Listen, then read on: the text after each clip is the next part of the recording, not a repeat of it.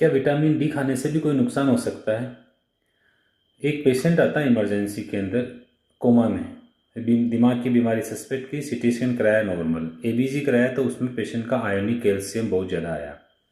Lab में blood sample भेजा, वहाँ से सीरम कैल्शियम की रिपोर्ट आती है 18 मिलीग्राम पर डेसीलीटर। इस कंडीशन को कहते हैं हाइपर कैल्सीमिया, यानी आपके ब्लड में कैल्शियम की मात्रा बहुत ज़्यादा बढ़ जाती है।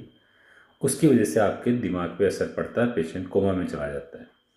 चलो उस पेशेंट का इलाज किया, और इलाज क्या, उसका कैल्शियम कम करने के लिए पहले इंजेक्शंस दिए, उनसे पानी पड़ी, फिर उसका डायलिसिस किया और डायलिसिस करके उसका कैल्शियम नॉर्मल किया। पेशेंट कॉन्शियस हुआ, ठीक हो गया।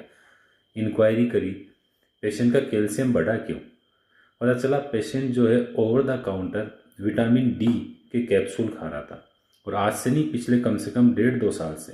पहले वो 1 से वीक खाता था, क्योंकि शुरुआत में 2 साल पहले किसी डॉक्टर को दिखाया था, तब विटामिन डी कम आया, उसको प्रिस्क्राइब किया। डॉक्टर ने 3 महीने के लिए किया, लेकिन पेशेंट कंटिन्यू करता रहा। बीच बीच में तो वो सप्ताह में 3 बार भी ले लेता था। उसको लगता था कि इससे कोई नुकसान होने वाला नहीं है। तो ये लंबे समय से लगातार विटामिन डी लेने से उस पेशेंट को विटामिन डी टॉक्सिसिटी हुई, उसकी वजह से हाइपर कैल्सीमिया डेवलप हुआ, और ये उसके सीरियसनेस हुई। तो ओवर द काउंटर लगातार विटामिन डी का सेवन करने से भी नुकसान हो सकता है। आप पहले तो बिना जांच कराए विटामिन डी का चालू करना ही नहीं चाहिए। आप अपना टेस्ट कराइए, अगर लो लेवल आता है तो कराइए, 3 महीने का इलाज होता है, उसके बाद वापस रिपीट कराइए। उसके बाद लेते भी है कभी तो 1 से मंथ या 2 महीने में एक बार।